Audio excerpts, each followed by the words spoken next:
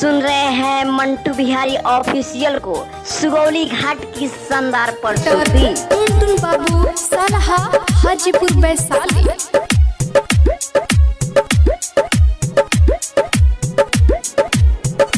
तोहके चोहनी जहन से ज्यादा तू तुरलू कसम वादा।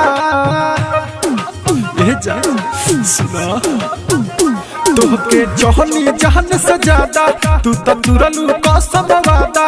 सभे अपन खास ना होला जब से कोइले बारू हो जब से कोइले बारू जब से कोइले बारू जानो बेवफाई जुदाई बर्दाश्त ना होला जुदाई बर्दाश्त ना होला जब से कोइले बारू जानो बेवफाई जुदाई बर्दाश्त ना होला जुदाई बर्दाश्त ना होला।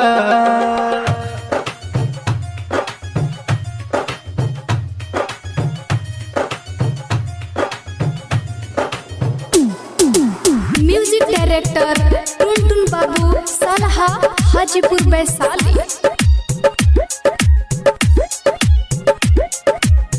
जहिया से चल गइलू बहिया छोड़ा के सुतिले न रतिया में जागिले चिहा के।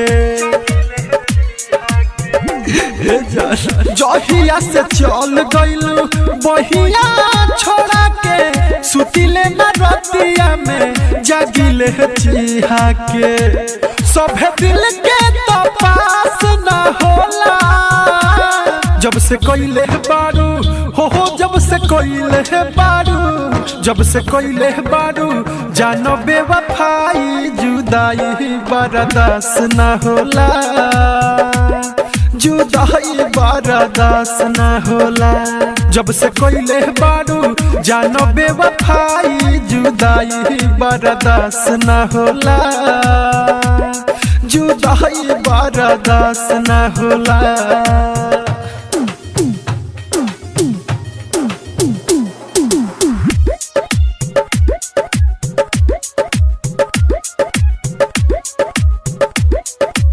म्यूजिक डायरेक्टर टुनटुन बाबू सलहा हाजीपुर वैशाली।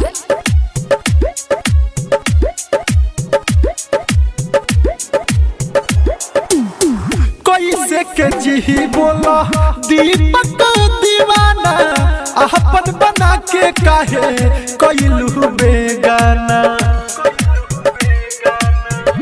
हाँ कैसे के जी बोला दीपक दीवाना अपन बना के काहे कैलू बेगाना।